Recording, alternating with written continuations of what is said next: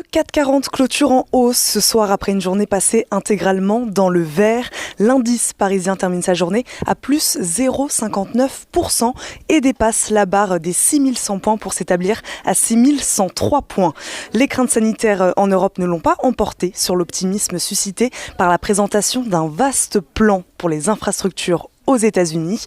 Le président américain Joe Biden a présenté en effet hier les 25 pages de son plan de 2000 milliards de dollars visant à moderniser les infrastructures. Il devrait dévoiler en avril de nouvelles propositions qui pourraient ajouter à nouveau 2000 milliards de dollars à la facture globale.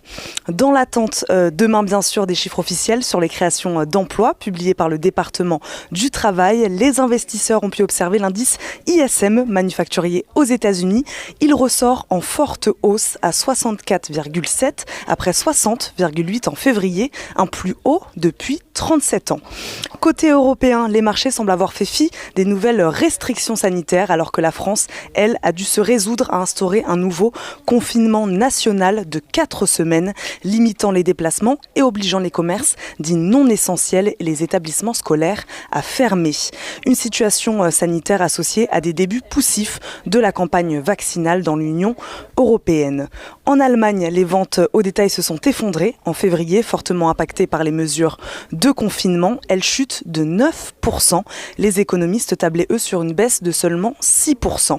Bonne nouvelle néanmoins côté européen, on constate une croissance record pour le secteur manufacturier. L'indice PMI pour l'industrie de la zone euro s'est redressé de 57,9 à 62,5 en mars. En France aussi, l'indice PMI manufacturier a progressé de 0,5 points à 59,3. Du côté des valeurs, Sodexo a fait état d'une marge opérationnelle de 3,1% pour le premier semestre de son exercice décalé, bien supérieur à l'objectif qui avait été donné par le groupe d'une marge d'au moins 2,5%. Clara Nova, le spécialiste de l'impression digitale et du e-commerce qui génère un bénéfice net multiplié par 7 à 11 millions d'euros au premier semestre clos fin décembre. Le résultat opérationnel courant du groupe a également augmenté de 107% à 23 millions d'euros. Vinci a progressé après l'annonce d'un accord avec le groupe espagnol ACS en vue d'acquérir ses activités énergie pour environ 4,9 milliards d'euros. La transaction renforce la stratégie du groupe français de BTP et de concession de devenir un acteur mondial de l'ingénierie, des travaux et des services dans le domaine de l'énergie. Elle doit aussi permettre à Vinci de développer des projets d'énergie renouvelable. Solution 30 s'est envolée aujourd'hui de près de 30%. Un audit indépendant a confirmé le caractère infondé et erroné des accusations portées contre l'entreprise.